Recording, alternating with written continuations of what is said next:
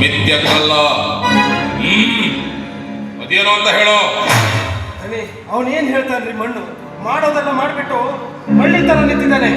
ದಣಿ, ಸರಿಯಾದ ಶಿಕ್ಷೆ ಕೊಡಿ ಅಂತ.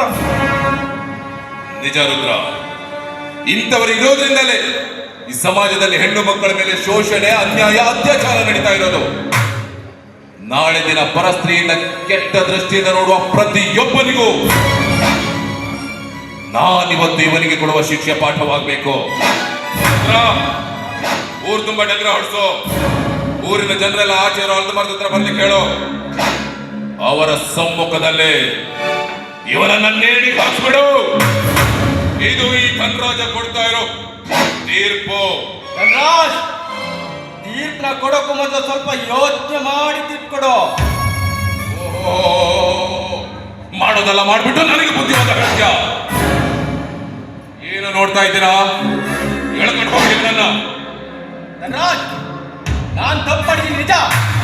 ಆದ್ರೆ ನನ್ನ ತಪ್ಪನ್ನು ತಿದ್ಕೊಳ್ಳೋಕೆ ನೀನು ಒಂದೇ ಒಂದು ಅವಕಾಶನ ಕೊಡಬೇಕಾಗಿತ್ತು.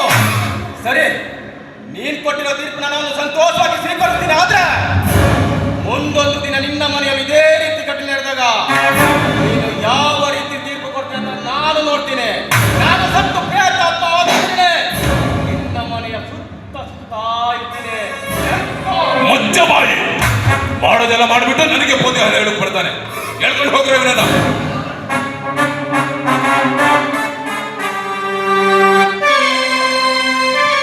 ಹೋಗುವಾಗ ಕೊನೆಯದಾಗಿ ಏನು ಹೇಳೋದು?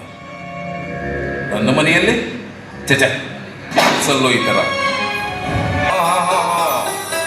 ಜಾತ್ರೆಗೆ ಹೋಗಿದ್ಯಾ ಅಂತಿದ್ಯಾ? ಮತ್ತೆ ಈ ನಿನ್ ದಣಿಗೋಸ್ಕರ ಜಾತ್ರೆಯಿಂದ ದೇವರ ಪ್ರಸಾದ ಏನಾದ್ರೂ ತಂದಿದ್ಯೋ ಹೇಗೆ? ನನ್ನ ದಣಿಗೆ ಪ್ರಸಾದ ತರದೇ ಇರ್ತೀನಿ. ಕೊಡು ಮತ್ತೆ.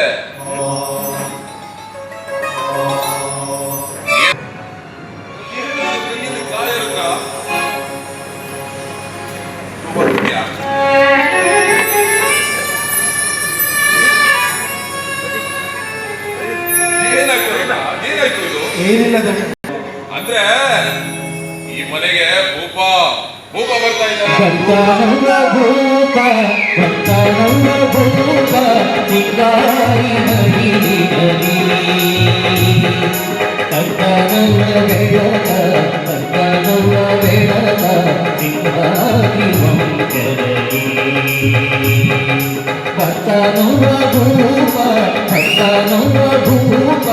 ಸಿಂಗಾರಿ ಮಡಿಗಿರಲಿ ಕರ್ತಾನುವ ಬೆಳಕ ಸಿಂಗಾರಿ